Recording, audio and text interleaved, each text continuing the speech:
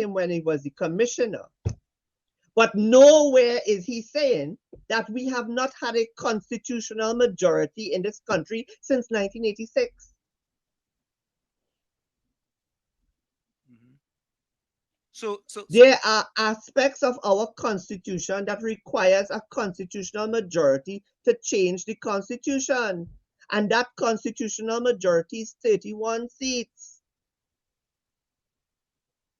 So what are you saying that even though 31. Gary, even though Okay. Gary was Minister of National Security, was commissioner He of could police, not have done he couldn't change anything. anything. He couldn't change anything. No, Kamala Ida as prime minister couldn't change anything. So, but oh God, this thing nice boy. And listen, and that is the dotishness that is continuing to fuel in this country. That people have this belief that Philip Alexander. Let me tell you something. I will tell you something now, right? Yeah, tell me. Philip Alexander was behaving in a manner that I found was unethical, and he's a hypocrite to now come and talk about Gary, because as you rightfully say, when Gary was minister, Philip got contracts. And I am saying it, ask Philip. Philip, is it not true that when Gary was minister, you got contracts from Gary's ministry? When Rudal Munilal was Minister of Housing, is it true or is it not true that you got work and contracts from the Ministry of Housing?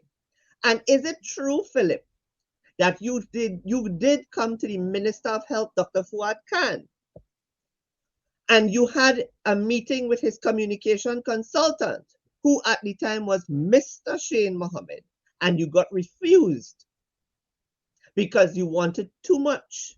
Because if we had agreed to what you wanted in your proposal, then there was no need for communications department.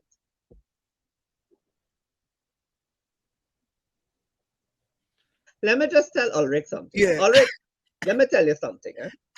I don't have to get nobody to protect me. The advice that I was given as a young man growing up in politics was from Dr. Fuad Khan. And he said to me, he said, Shane, when you do, as long as you talk the truth, nothing and nobody could come after you.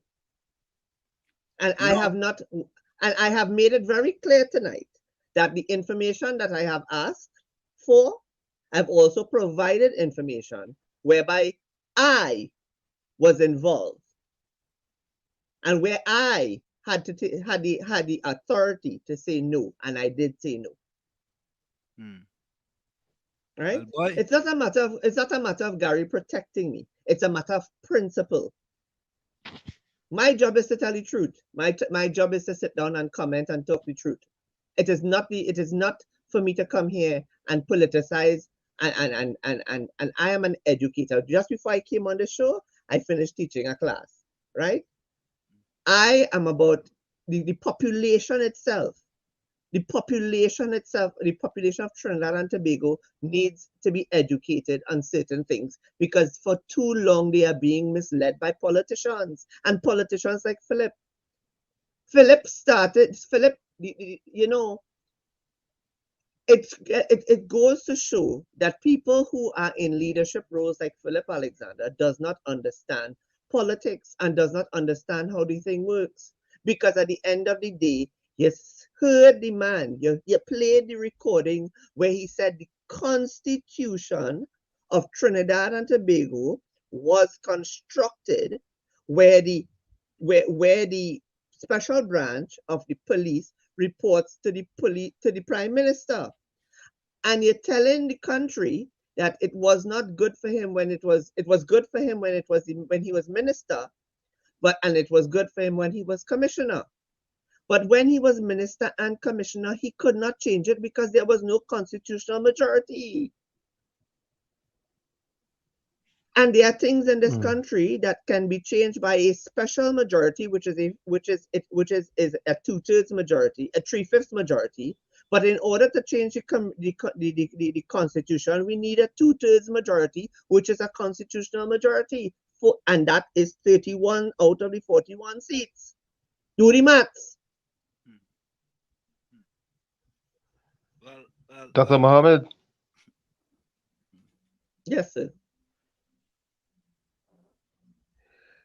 I was thinking that Philip would have tried to join forces with Gigi. No, you put things in a different light, so that means that the chances of that happening is going to be nil.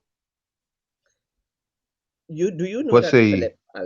Do you know Philip Alexander resigned as political leader of the PDP, of the PEP, sorry. Yeah, yeah. He resigned as political leader of PEP and then come back and take it back and come back.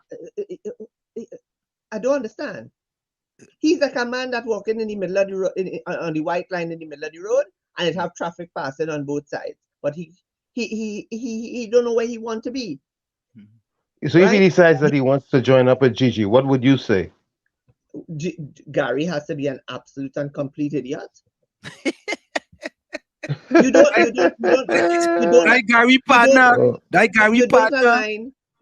align yourself with political liabilities. You align yourself with political people who are beneficial to you and but I know beneficial to Gary your partner. political. Philip says he and Gary been partners a long time. He said he and well. What about if he?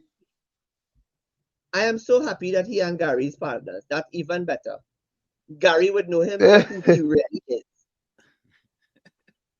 You say you known him since he's small. So Dr. Mohammed, we that was a bombshell later on tonight, though.